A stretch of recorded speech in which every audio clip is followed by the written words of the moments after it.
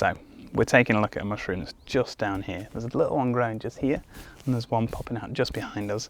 This is probably the most foraged mushroom in the UK. It's the one mushroom that we head out into the woods. We're happy if we find the other stuff, but actually we're looking for this one. It's called Porcini Cep. It's the king of boletes. It's got a whole realm of different names, but ultimately it's kind of the best edible that we're going for. Porcini Penny Bun. It's in the Boletus family, so it holds all of the same characteristics. Cap, stem, underside is spongy. Once we get to that point, we can follow the 2 rules. If it's red or blue, it may make you spew. So we look for any red, slice it in half, no red or no blue in, and when we cut it, and the last thing we do is slice a little bit off, give it a munch. Is it really bitter? Have we got the bitter bolete? If not, perfect, we've got an edible bolete.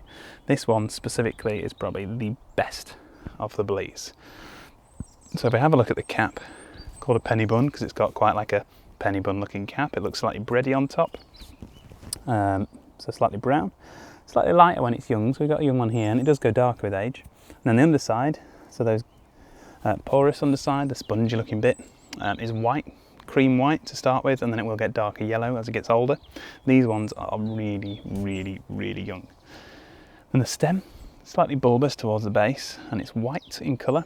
And then at the very top, it's like almost cream, and it has like what looks like a netting that kind of goes over its class of reticulations. And that's pale white, so that covers the cream, but you can see the cream just through it.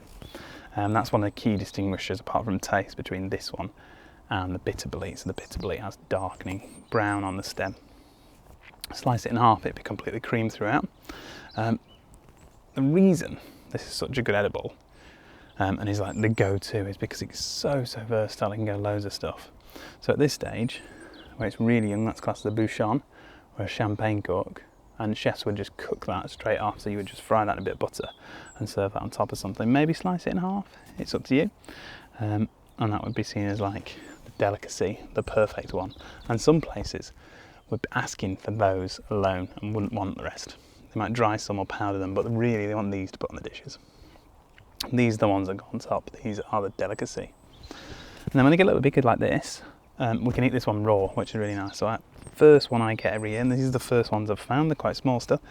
I'll slice this one up, a little bit of oil, salt and pepper, some herbs, and I'll have it just like that as like a salad, a porcini salad on its own, which is really nice. And then it gets larger. Things do like to eat it. There's had some damage on the cap here. So if it gets soft or spongy, then I'll start to dehydrate it. I usually treat them like a steak, to be honest. So when they get a little bit bigger, slice it, fry it really high heat, just like I would a steak. And they do have like a quite meaty texture, meaty flavour, but you can also bake them.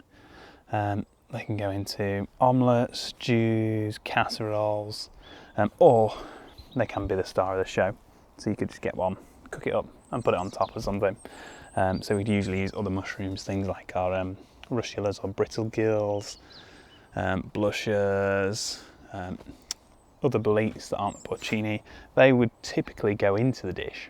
So if I was making a risotto or something, all those mushrooms would go in there, and then I'd slice this one in half, fry it in butter, and then serve it on top. So you've got like the perfect looking, really, really nice gourmet mushroom on top. And actually restaurants quite often do that because they want you to know as a diner that you've got how much mushroom you've actually got of that specific one in your dish. It's the same with truffles. I'll put it all over the top so you can see how much is actually in the dish really quickly as well.